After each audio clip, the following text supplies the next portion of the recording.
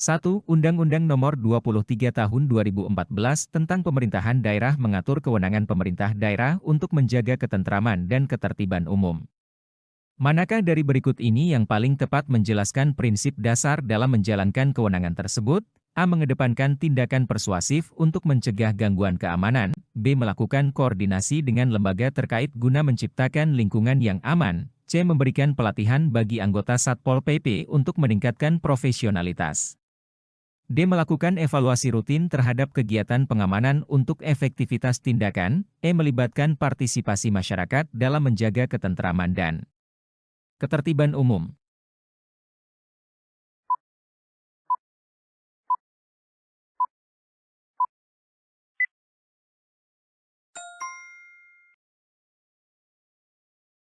Prinsip dasar dalam menjalankan kewenangan pemerintah daerah terkait ketentraman dan ketertiban umum adalah melibatkan partisipasi masyarakat. Hal ini penting karena masyarakat memiliki peran kunci dalam menciptakan dan menjaga ketentraman serta ketertiban di lingkungan mereka. Partisipasi masyarakat dapat mencakup peran aktif dalam kegiatan pengawasan, pemberian informasi terkait potensi gangguan ketertiban, serta kerjasama dengan aparat keamanan dalam menangani masalah-masalah yang muncul. 2. Berdasarkan Peraturan Pemerintah Nomor 16 Tahun 2018 tentang Satpol PP, peran utama Satpol PP dalam menjaga ketertiban umum mencakup beberapa fungsi berikut, kecuali A. Memelihara ketertiban umum dan ketentraman masyarakat. B. Melakukan koordinasi dengan aparat keamanan lainnya. C. Menyusun kebijakan lokal untuk mendukung keamanan. D. Mengamankan fasilitas umum di wilayahnya. E. Melakukan sosialisasi kepada masyarakat tentang peraturan daerah.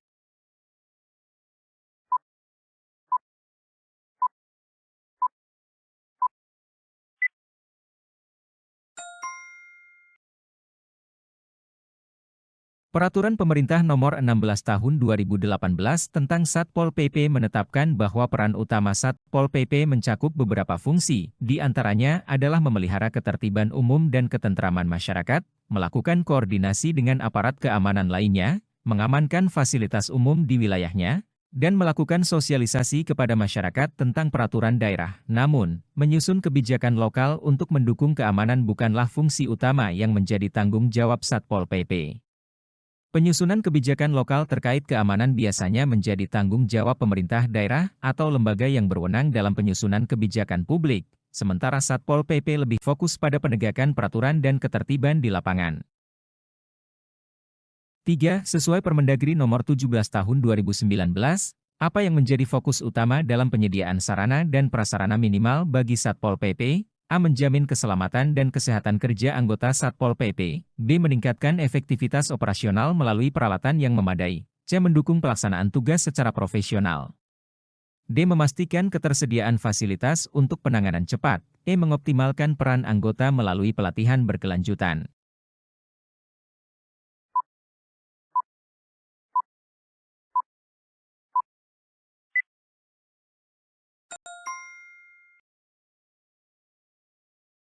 Permendagri Nomor 17 Tahun 2019 mengatur tentang penyediaan sarana dan prasarana minimal bagi Satpol PP, dengan fokus utama pada meningkatkan efektivitas operasional melalui peralatan yang memadai.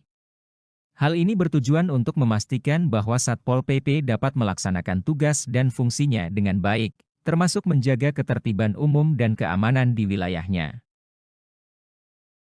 4. Permendagri Nomor 3 Tahun 2019 mengatur tentang peran penyidik pegawai negeri sipil, PPNS, di lingkungan pemerintah daerah. Apa yang menjadi kualifikasi penting bagi PPNS dalam menjalankan tugasnya? A. Kemampuan menganalisis data dan fakta di lapangan. B. Memiliki sertifikasi pelatihan investigasi dari lembaga resmi. C. Menguasai peraturan daerah yang berlaku di wilayah tugasnya. D. Memiliki pengetahuan dasar hukum pidana dan perdata. E. Kemampuan berkomunikasi dengan berbagai pihak untuk pengumpulan bukti.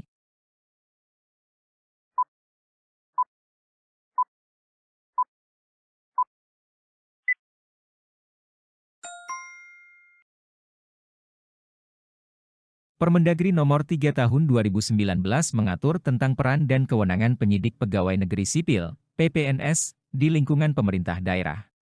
Salah satu kualifikasi penting bagi PPNS adalah menguasai peraturan daerah yang berlaku di wilayah tugasnya. Sebagai PPNS, mereka memiliki kewenangan untuk melakukan penyidikan terhadap pelanggaran yang terjadi dalam lingkup peraturan daerah. Oleh karena itu, pemahaman yang mendalam tentang peraturan daerah setempat sangat diperlukan agar mereka dapat menjalankan tugas penyidikan dengan tepat, sesuai dengan ketentuan hukum yang berlaku di daerah tersebut. 5. Menurut Permendagri Nomor 26 Tahun 2020, upaya apa yang paling tepat dilakukan oleh Satpol PP dalam menjaga ketertiban umum dan ketentraman masyarakat? A. Melakukan patroli rutin di wilayah-wilayah yang rawan. B. Meningkatkan kolaborasi dengan aparat keamanan dan lembaga swasta. C. Menyusun laporan rutin tentang tingkat ketertiban umum. D. Memberikan pelatihan kesiapsiagaan kepada masyarakat. E. Mengidentifikasi dan menindak cepat ancaman terhadap ketentraman.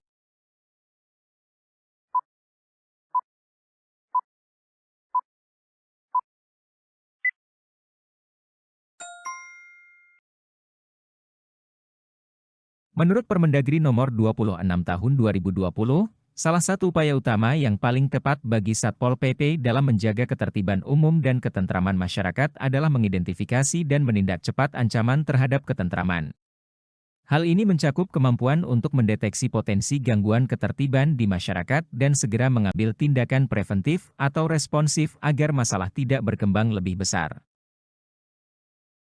6. Berdasarkan Permendagri Nomor 23 Tahun 2023 tentang SOP dan Kode Etik Satpol PP, manakah dari berikut ini yang merupakan prinsip Kode Etik Satpol PP? A. Mengutamakan kepentingan umum di atas kepentingan pribadi. B. Menjunjung tinggi integritas dan kejujuran dalam bertugas. C. Melakukan tindakan dengan profesional dan sesuai prosedur. D. Berperilaku adil dan tidak diskriminatif terhadap masyarakat. E. Menjalin kerja sama dengan pihak terkait secara transparan.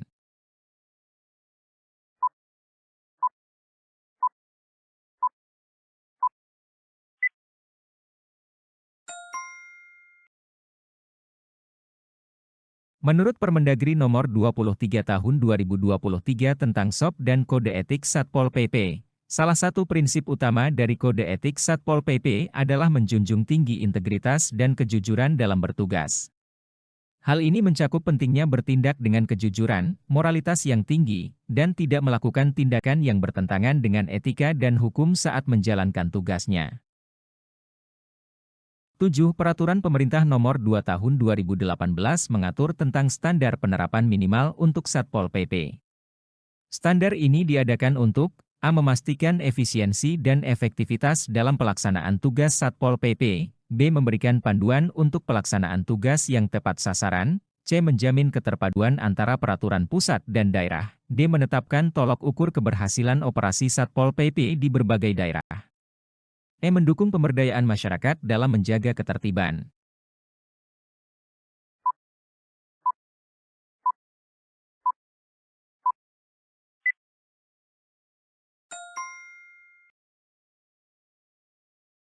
Peraturan Pemerintah Nomor 2 Tahun 2018 mengatur tentang standar penerapan minimal untuk Satpol PP, dengan tujuan utama untuk memastikan efisiensi dan efektivitas dalam pelaksanaan tugas Satpol PP. Standar ini dirancang untuk memberikan pedoman yang jelas mengenai apa yang harus dipenuhi oleh Satpol PP dalam menjalankan tugasnya, sehingga tugas-tugas seperti menjaga ketertiban umum dan penegakan peraturan daerah dapat dilaksanakan secara lebih terstruktur, efisien, dan efektif. 8. Dalam menjalankan tugasnya sesuai dengan Permendagri 121 Tahun 2018, tindakan Satpol PP yang paling efektif untuk menciptakan lingkungan aman dan nyaman adalah A. Melakukan pendataan dan pemetaan terhadap area rawan gangguan ketertiban. B. Mengoptimalkan program pendidikan dan penyuluhan bagi masyarakat. C. Mengutamakan pendekatan humanis dalam penanganan konflik. D. Melibatkan masyarakat dalam kegiatan patroli dan keamanan lingkungan. E. Menggunakan teknologi untuk pemantauan wilayah secara real-time.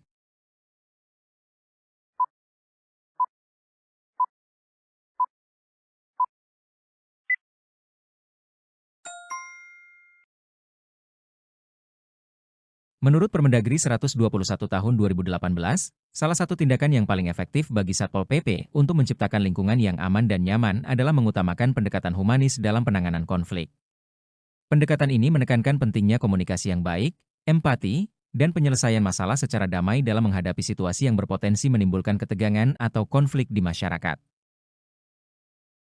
9. Dalam rangka pemenuhan hak pegawai negeri sipil di lingkungan Satpol PP sesuai dengan Permendagri Nomor 17 Tahun 2019, tindakan yang mendukung kesejahteraan pegawai adalah: A. Menyediakan akses layanan kesehatan bagi anggota Satpol PP, B. Memberikan pelatihan keterampilan penunjang tugas di lapangan, C. Menyediakan fasilitas pendukung keselamatan kerja yang memadai, D. Memastikan kompensasi yang sesuai dengan kinerja anggota, E. Mendorong peningkatan karir sesuai dengan kompetensi dan pengalaman.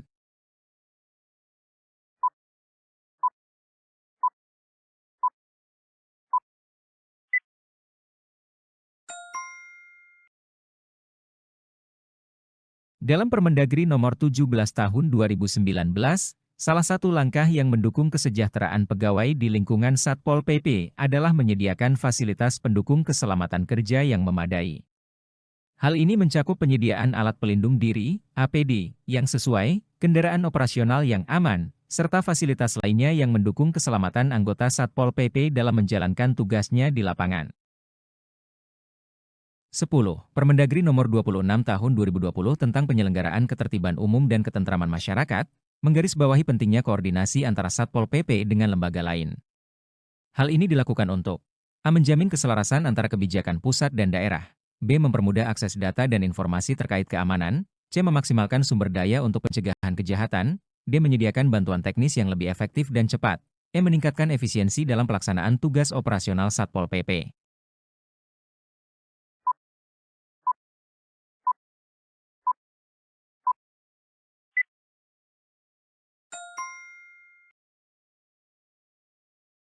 Permendagri Nomor 26 Tahun 2020 menekankan pentingnya koordinasi antara Satpol PP dengan lembaga lain untuk meningkatkan efisiensi dalam pelaksanaan tugas operasional.